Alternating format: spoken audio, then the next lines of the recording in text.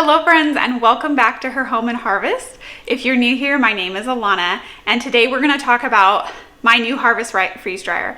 I am so excited. I can't even explain to you guys. I have been wanting for one of these for years, and this year my family got together to surprise me for Christmas and bought me a freeze dryer. So we are going to go through the whole process together. This is brand new to me. I've never used one. I have spent years, literally years, watching people use them on YouTube, and I am excited to be able to share this with you and hopefully add to the knowledge over time. Right now, I want to get it set up. I'm going to show you what it looked like when I opened it, like coming out of the box, and I'll talk a little bit about the cart that I have underneath this. Because that was one of the things that was that took a little more thought power from me to decide what I wanted to use to put the freeze dryer on top of, because we don't really have a perfect ideal situation of where to put it, and I'll talk about that as well. But I want to walk you through everything that came with the freeze dryer and everything that came in addition to it, because there were a couple of things that my family knew that I would want and got me, and we will go over all of those. So first things first, let's talk about what came in the box. So I was not here for it because it was a surprise and I didn't know about it, and I think my husband received it about a week or two before Christmas. So he kind of hid the whole process for me, but essentially the box was delivered. It ended up being 2 boxes that were delivered together because they had bought some additional items, but pretty much everything is like all encompassed on a pallet for you when it is received, and I don't have footage of that because my husband was trying to be sneaky. And then once you get it, it's fairly simple. When you open it up, it basically looks like this, and I'll show you what came in the box. We've got our guide to freeze drying along with the owner's manual, which I read through both of those because I've been so excited about getting everything together. We've got the sealer, which is used for the Mylar bags. Our 5 trays. I have the medium pro, and so it comes with 5 trays. It also came with the hoses that you need, some oxygen absorbers, the Mylar bags, the oil filter, and then the oil pump, which is right behind me. I'll show you in a second. What came in addition to this that my family bought for me, additional accessories, were these silicone mats so that I can cover the trays and they'll be much easier to clean up for certain items, especially messy things. Think like purees and that kind of stuff, or anything super sticky. So I'll probably use these for candy too. And not those. And the tray lids. So these lids don't come with your purchase, but you can get them additionally. And the reason I wanted them was after, like I said, years of watching people do them.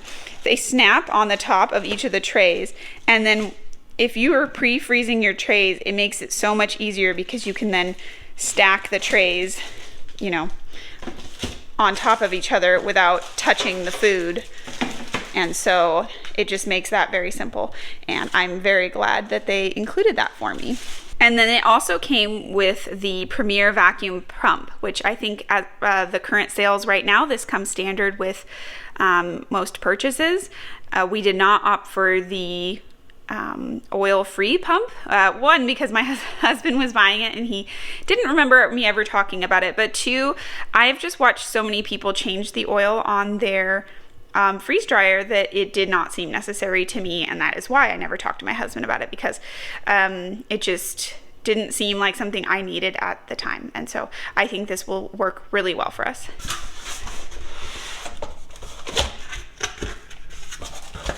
So you have the pump itself right here, and then on this side, this is the oil that you will be using. The pump is actually quite heavy, so let me see if I can pull it. I don't think I can pull it out with one hand, so I'll pull that out for you guys when we do the setup process. But that's what it looks like coming in the box, which was good to know, because when my husband, when I was opening everything for Christmas, I said, wait, was oil not included? And he didn't know because he hadn't opened up this box either, but it is right there in the box. And I figured I would just show you really quickly what everything looks like once you bring it out. I don't really need to show you the trays, I guess, or the tray lids, because that was already out. But this is what the oxygen absorb packs look like. They should be vacuum sealed like this. And you don't open these, don't open this bag until you're ready to use them, because the moment you open, they start absorbing the oxygen out of the air, and obviously there's plenty of oxygen out here, so you want to be really quick with using these. This is what the freeze dryer bags look like, the Mylar bags, excuse me, and they're quite big. I don't plan on using these soon, so I will be putting these back in the box. This is what the oil filter looks like, another thing I won't be using for a little bit, and this is the sealer. Oh yeah, I wanted to show you the silicone mats, and so this is what those look like when you put them on the tray. So you'll see that when I go to do my future batches. So I'm excited. Let's get these trays cleaned and everything started. All right, so now that we know what came in the freeze dryer, or with the freeze dryer, let's talk about what I need to do to the freeze dryer before I can actually start all of my exciting projects. First things first, I need to clean it. That's in every manual you're gonna read everywhere. It's gonna tell you to clean it and kind of get all of that industrial manufacturing grease and whatnot off of it. And so I'm going to pull everything out right now and clean it all up. And then we're going to connect everything, get it all set up, and then run a test batch of bread. And we'll go through that whole process together, but let's just go ahead and get it started and walk through the process. Okay, so the first thing that we need to do is go ahead and open this up. I guess I'll come on over here. And this gasket needs to come off and it needs to be washed. So the trays need to be washed, and the interior of this needs to be washed, and this gasket needs to be washed.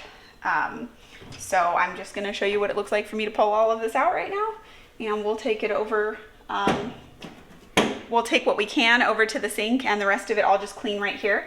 The manual says you can use a mild detergent with water, and when we called in to Harvest Right, they also said that you could use vinegar and water mixture as well. But don't use any chemicals, because it's gonna be around your food, you know? So when you're pulling this out, there's actually an electrical cord in the back of this. And you want to make sure that you know where that is, because we're going to need to unplug that right now. Which I guess I didn't think this through, because I probably should have had somewhere to set this. So I just flipped this around just to show you what this looks like. But yeah, you just go ahead and pinch the clip and pull. And it is definitely easier with two hands instead of one. So then leave this inside, and this is what we're gonna take out and clean, and everything else we're gonna wipe down right now.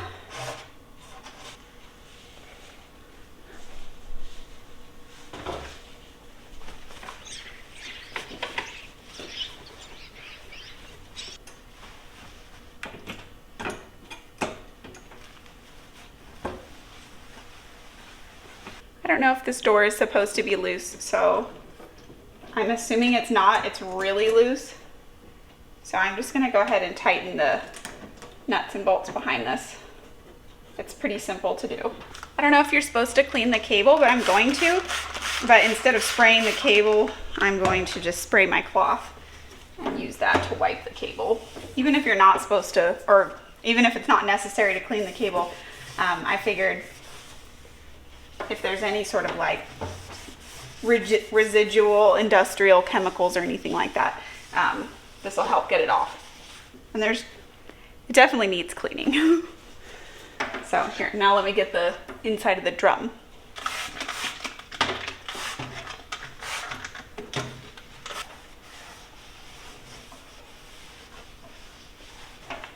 Okay, that came off clean that time. That's just the water and the vinegar, so we're good to go. We're gonna leave this open to let it dry and come back when we finish with the trays and the gasket.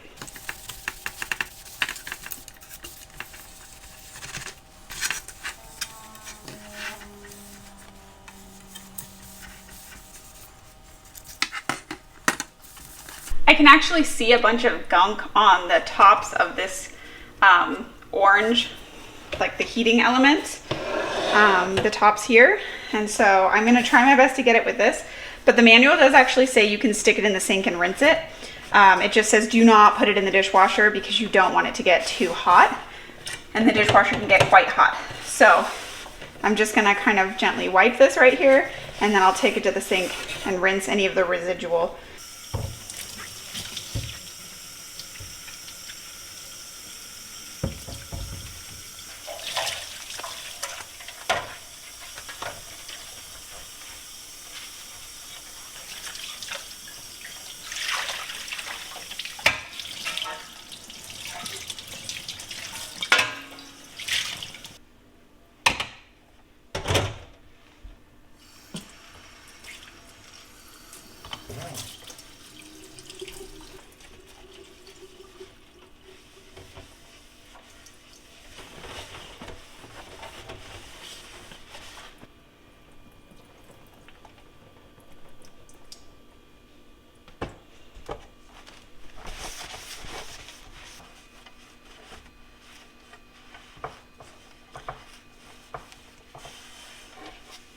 Okay, now that everything is cleaned and drying, I figured let's start the setup process. So first things first, I've got the big box of the pump right here, and we're gonna lift this out.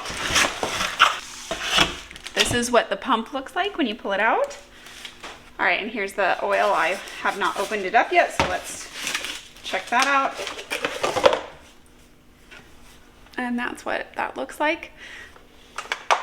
Okay, so I plan on storing my pump and 5-gallon bucket on this cart. I got this cart offline, and I can link it down below if you guys are interested. It's a 24, here, let me see if I can show you better. It's a 24 inches in width and 36 inches in depth. And I got one with casters because I don't have a really great, like a perfect location to keep this, and I can't use it in the summer in my garage because my garage regularly gets over 100 degrees. So I had to have it in the house and in a way that I could move if I needed to. So I got casters. This cart is rated for 800 pounds, so it can handle more than enough. I got one that was 16 gauge steel, so it was a bit stronger because I think a lot of them out there are 18 gauge. And it is plenty big for what I need. So I am actually going to set my pump up right behind it. I know it doesn't look like there's much space, but if I move you around over here, you can kind of see there's plenty of space behind there. And we're going to go talk a little bit about the ins and out of your Premier pump. All right, the instruction manual says the first thing to do is add oil. So you unscrew this piece from the top, which is called the demister. There's also a note pretty much everywhere you look saying this little switch back here needs to always be in the open position. There's an O and a C, leave it in the O position. And I'm gonna leave this little tag on here that warns you about that. I don't know if you can see that. It says gas ballast must be open in order for pump to work properly. That's what this is, the gas ballast. And pump must always be kept level. You don't want to tilt this once there was oil in it, because if you get oil in here, it could cause a problem. And while I feel like a prepared person probably would get a funnel, I don't have one. And you're filling it until that gauge at the bottom goes to about half. The manual says that this entire container should about fill in there, but I'm just gonna go about 3/4 of the way and then wait and see. So it's not moving at all, but it might take some time to actually make its way down there.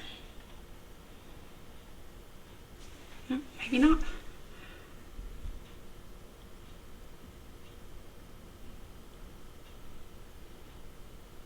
There we go, now it's moving. A little more.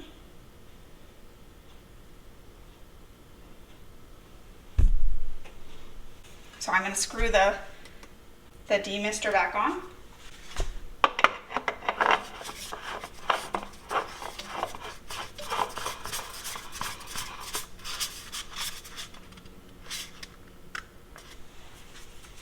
All right, next step is to attach the hose. The manual says that you want this to just be generally just tightened with your hands, that you can tighten it a bit with pliers if you want to, but you really want to be careful not to over tighten it.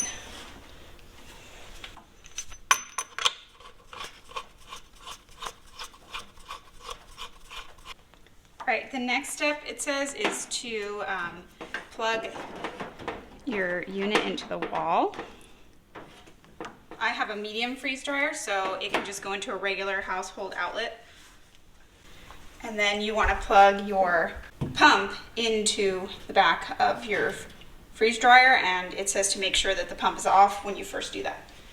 I take this cord around here.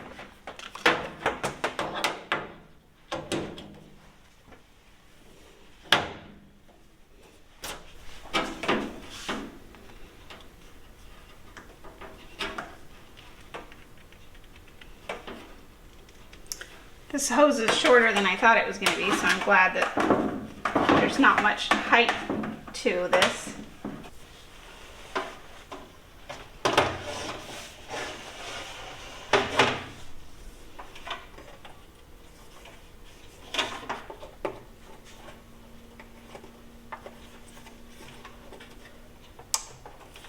I pushed it in until I heard a little bit of a click.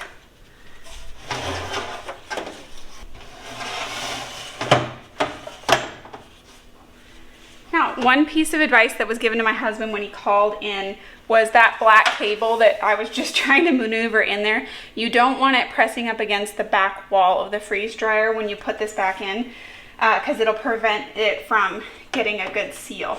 So I'm gonna triple check that it fits well when I put this gasket back on.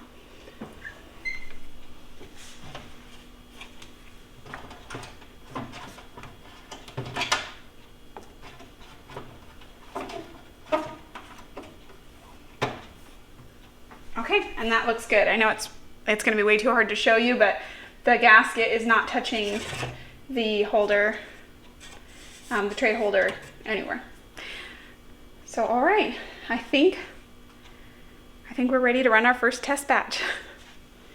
Okay, so the manual tells you to do a test run. And essentially what you do is you take bread and you put it on trays, and then you just run it, and then with the intention of throwing it away.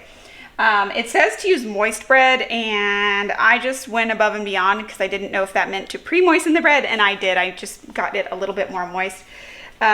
Just put some water on it, and this was mostly, I bought a cheap loaf of bread from the store, and to fill in the rest, there were there was some frozen bread in the back of my freezer that had gotten a little bit freezer burned, so we'll use that up here, and I feel like I gave that a second life.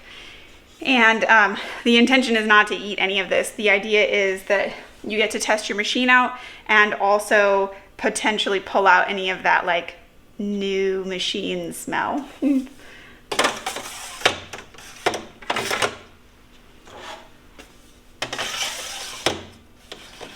I am going to close this front door, and then I'm going to go switch the pump and the machine on, and I imagine that's when it's going to start making a lot of noise. So I'll show you what that looks like, and we'll be back when this is done.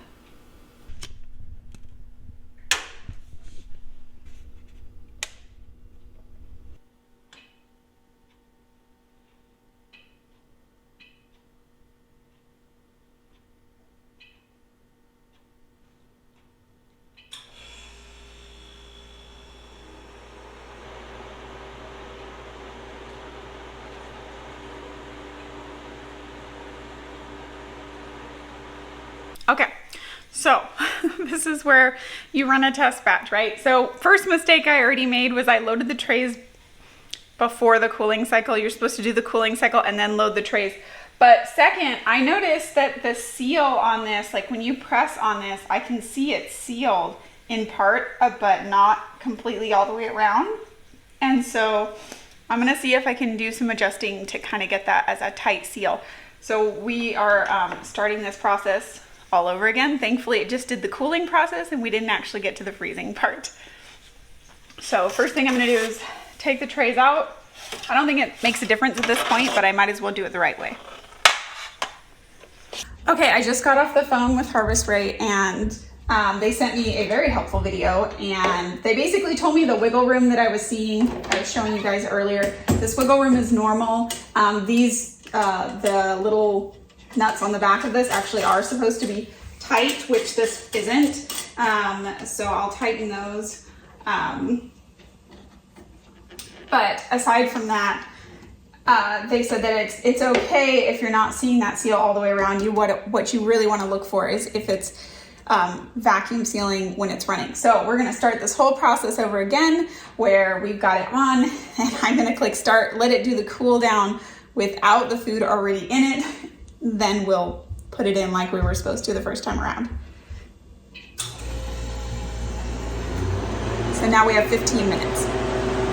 And one piece of advice that I would like to give you after running this test batch is to make sure that you have enough time left in the day when you start this batch to be able to check and see if it is able to pull a vacuum. Because if there is a problem and it happens overnight, your machine's just gonna stop working, and then you won't know until you get up in the morning. So I was able to see that I had an issue, which I'll discuss in a little bit.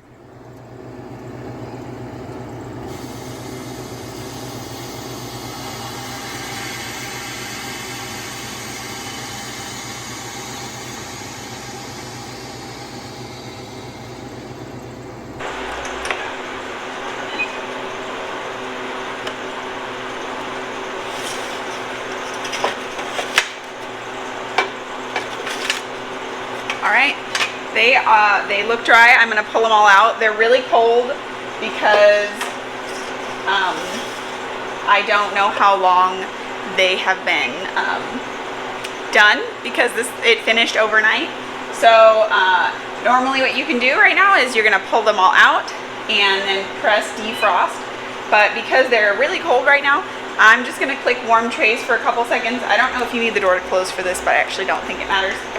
So yeah, it says to let them warm the trays for like 10 or so minutes, and we'll come out and pull the trays out and make sure that the bread is fully dry, which I think it is, because I accidentally, while I was picking it up, I like snapped one of them. Okay, so I think the warming trays process is done. It says it's still warming them, but they're totally fine to touch. They're a little bit warm on the bottom and a little bit cold on the sides, and that's it. So here I just wanted to show you, like, this bread is dry. So that's perfect. Our test batch went well. So now I am going to pull all of these out. It's funny, the ones at the bottom are colder than the ones at the top were, but they're still okay to touch. They're not frozen anymore. And then I believe you click defrost. And it says to keep the drain valve open, which it already is. Remove product from the dryer, which we already did, and make sure to close the door. So we're gonna do that now. Click continue. So what it's gonna do is it's just gonna warm up these, the tray holder. I'm blanking on what it's called right now. And then that's gonna help defrost it, and it's gonna drain out that side tube into the bucket. And our test run is done. So we did run into a little snag with the door seal, and even when I look at it right now, I still only showing it that it goes halfway around. I did call Harvest Right, and I talked to them. They sent me a very helpful video on how to adjust the door. But when I watched the video, first it says that just because it doesn't look like it's fully sealing around it while it's not in a vacuum, doesn't mean that you have a problem. So wait until you get into the vacuum and see if it's able to pull a vacuum. And second, you want to adjust it while it's in the vacuum. So because I just ran a test run, I was able to kind of watch that process, but unfortunately, I think I kind of interfered with it a little bit. because it worked fine. I totally was able to achieve a vacuum. I got a good seal on the door and everything. But when I came over here about 10 or so minutes after it started trying to pull a vacuum, it still looked like it didn't have a great seal. So I just kind of like pushed on the door and it then whoosh really created a good vacuum or a seal all the way around and was able to maintain that vacuum. You're hearing little bits of ice fall off. So I don't know if my interfering just sped up the process or if it actually caused the seal to form, and you know, that's not something I'm going to be able to do every time. So when this is all defrosted and done and everything is good, and I finished this whole you know, I want to go all the way through the defrost, letting it drain and everything. Once that's all done, I actually have a batch of something I would like to put in here, and I'll run a batch then. It's a candy batch, which are pretty, they run a lot faster than the other batches do. Typical food can take anywhere from 24 to 48 hours, it says in the manual. But the candy batch only takes like, I think 5 to 7. So I'll be able to test that today. And then if the door isn't making a good seal, I'll go ahead and make those adjustments. And I'll bring you guys along for that if that's something I end up having to do. Otherwise, I was just speeding it up by being impatient and checking the door myself.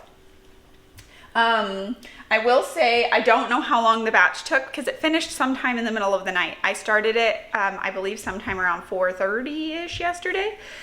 It maybe took 12 hours. I don't know. It's 8 a.m. right now. So it has been 16 hours.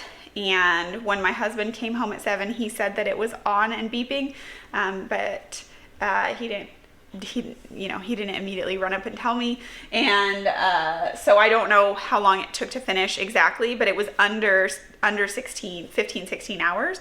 So it was a lot faster than I expected, because I feel like a lot of people have mentioned online that theirs took maybe 23, 22, 20 hours.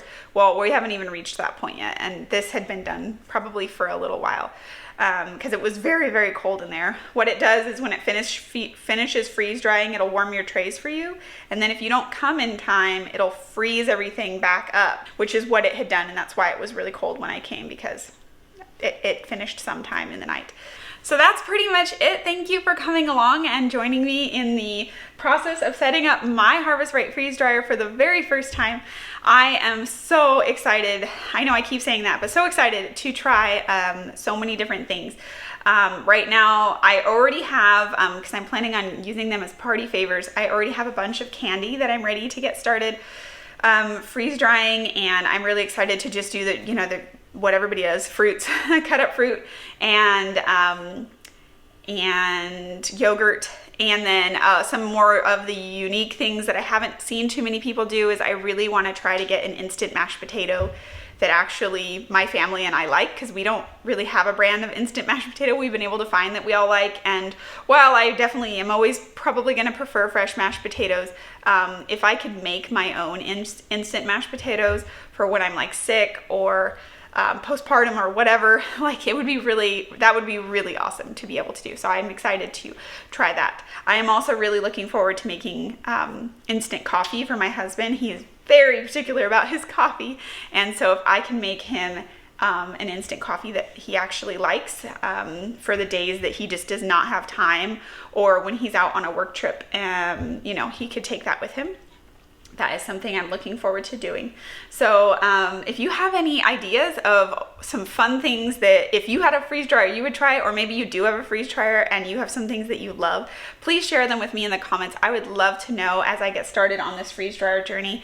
And for those who are new to freeze dryers or also just interested, like I was watching so many people over the last few years use them, feel free to join me. I make monthly videos giving garden tours, but I also include things like this whenever they come up, and the freeze dryer is probably going to come up a lot more in the next couple of months. For those of you that don't know, I am currently 30 weeks pregnant, and I am planning to use this to do a bunch of postpartum meal prep. And so this thing is going to be a workhorse in the next couple of months. So I'm really excited, and thank you so much for joining me. I hope this video was helpful in maybe you're setting up your own freeze dryer or you're interested in how the process works. This is what it looks like when a person who's never used one before sets one up. And it's been a pretty easy process because I read through the manual, and when I hit that hiccup with the seal, talking to Harvest Right was super easy. By the way, they picked up the phone in less than a minute. So after I followed all the automated, press this number for this, press this number for this, somebody picked up the phone, probably in like 20 seconds. So it was not hard to get a hold of them. It was not hard to talk with them about the issue that I was having, and it only took about 5 minutes for them to explain it to me and resolve it. So though it takes some troubleshooting because they told me what to do, but that involved running the freeze dryer, so they weren't going to stay on the phone with me for the however many hours that took. So once again, thank you so much for joining me, and I hope you are having a wonderful day, and I'll see you next time. Bye, friends.